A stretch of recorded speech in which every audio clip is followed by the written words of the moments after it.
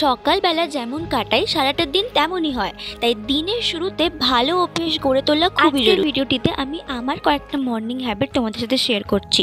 Number 1, morning gratitude.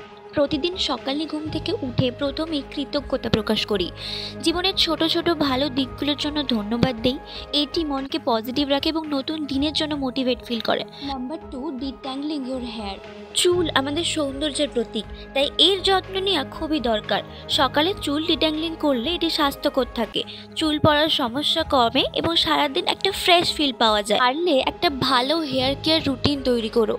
আমি আমার চুলের জন্য একটা হেয়ার কেয়ার রুটিন তৈরি করেছি, নেক্সট ভিডিওতে নিশ্চয়ই ওটা শেয়ার করব। তো এবার নেক্সট স্টেপে যাই। নাম্বার 3 হচ্ছে ড্রিঙ্কিং ওয়াটার।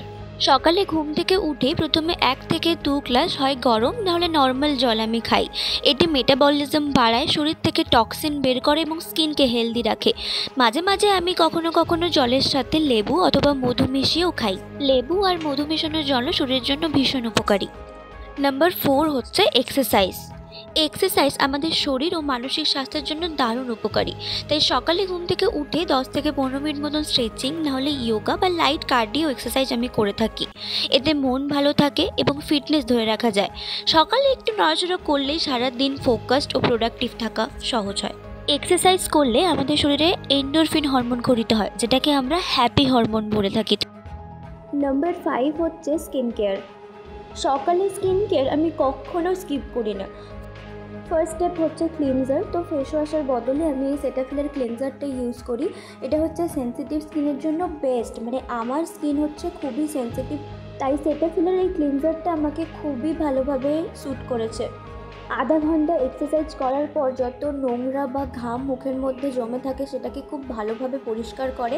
দেন আমি ইউজ করি মমস্কোর ভিটামিন সি টোনার আর প্লিক্সের ভিটামিন সি সিরাম। দেন হচ্ছে একটা ভালো সানস্ক্রিনটা হচ্ছে ইউজ করা মাস্ট। নাম্বার 6 হচ্ছে রিডিং বুক। প্রত্যেক দিন সকালে 15 মিনিট থেকে 30 মিনিট মতন আমি চেষ্টা করি যে কোনো একটা বই পড়ার।